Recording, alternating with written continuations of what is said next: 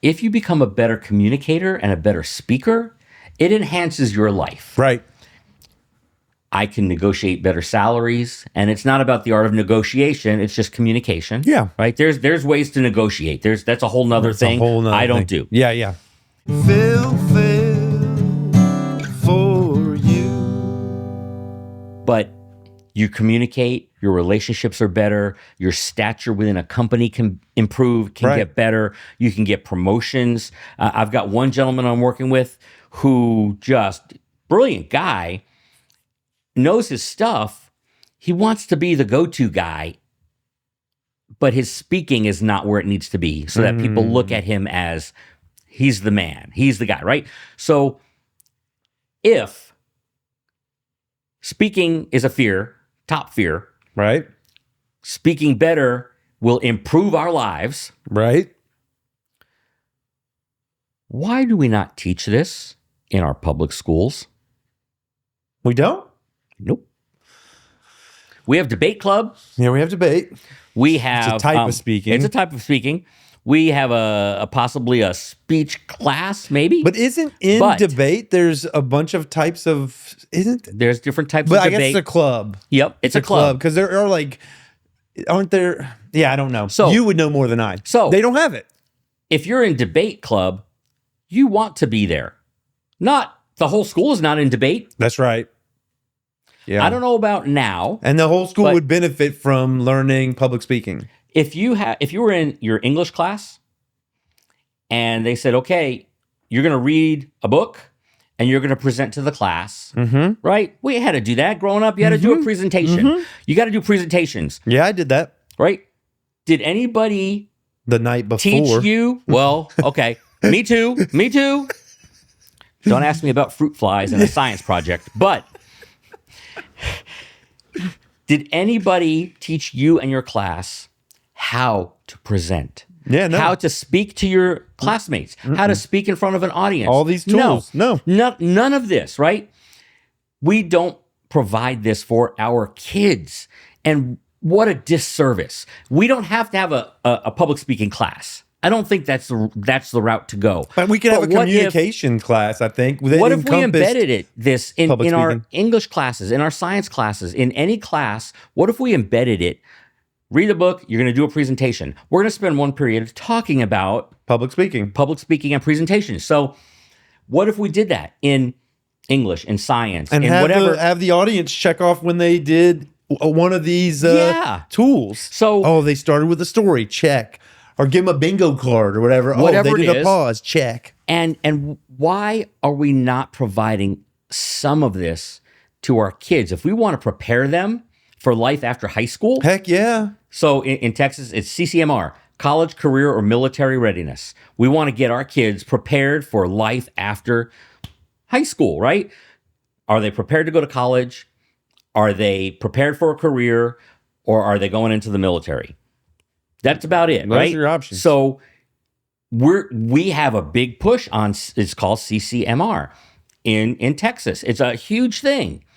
A lot of emphasis on it, a lot of weight, a lot of resources, because we want our kids to be prepared. What is the R? Readiness. College, career, military. Readiness. Okay, I was thinking. Yep. Okay. Yeah. So why can't we embed some sort of speaking skills in our other classes, right? So that if you're in English class, why can't we spend a little bit of time?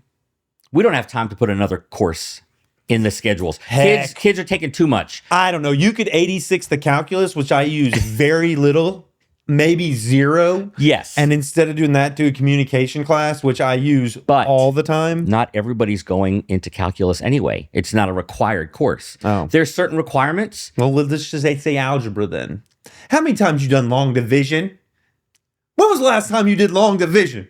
I use math a lot in my brain and on paper. I do, just because I like it. I use the phone. Okay, but here's the other thing. Here's the other thing in education. Math is important, y'all. My bad. No, algebra is important. It is. Yeah. And there's a good percentage of us that will never use the skills we learn in algebra. But going through it, using your brain creatively and taking yourself through those puzzles is really important. Two things. That is one of them. Yeah. Training our brain to do solve hard problems. things. Yes. Right? Training our Yes. brain. Also, if you stop at 8th grade math and you're never exposed to algebra, calculus, how do you even know what that is? What if that is something that you go, wow, this is kind of cool stuff. What can I do with this in life? How do you know what an engineer does? You cut off STEM for everybody. You cut off lots of things, Yeah, right? that's true. So what if That's we true. never introduce somebody to Shakespeare? I mean, so it's not only training our brains to do things, but it's exposure to other things that they're not going to have. And then a kid might say, chemistry, this is kind of cool. I didn't know that. This is like, what do you do with chemistry in the real world? Heck yeah. Oh man, like really? Biology. I mean, all the things that the more you're exposed to, the more options are out there that you didn't know about. But with each one of those, public speaking is going to be helpful. Well, sure.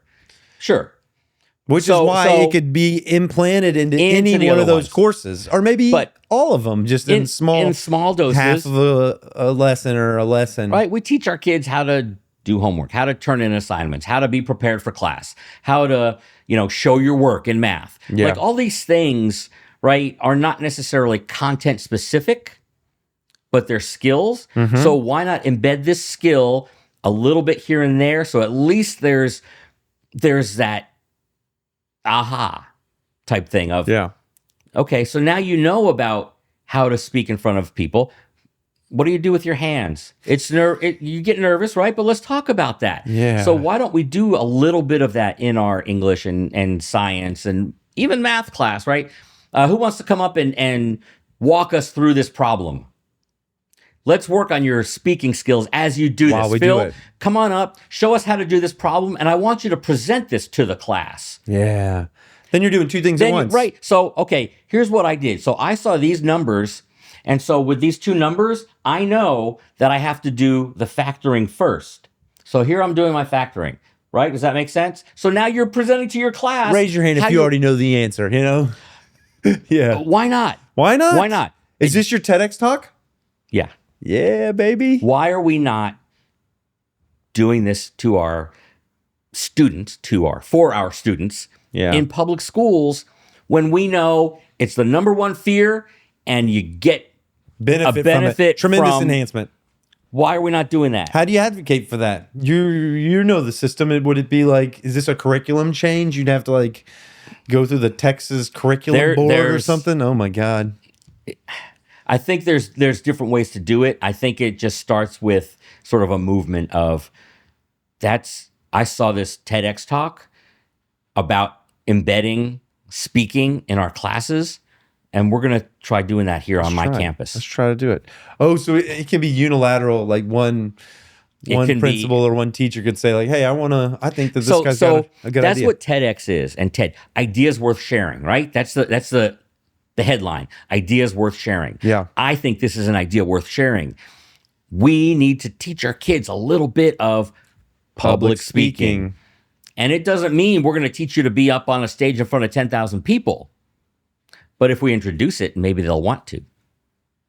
If we introduce chemistry, maybe they'll be a chemical engineer. It's exposure. If we introduce algebra, maybe they'll become an electrical engineer. Yeah. It's exposure. Right? It's exposure. If we introduce it, not only will it maybe take that fear away, enhance their lives, and then expose them to, by the way, did you know that there is a career in public speaking? What?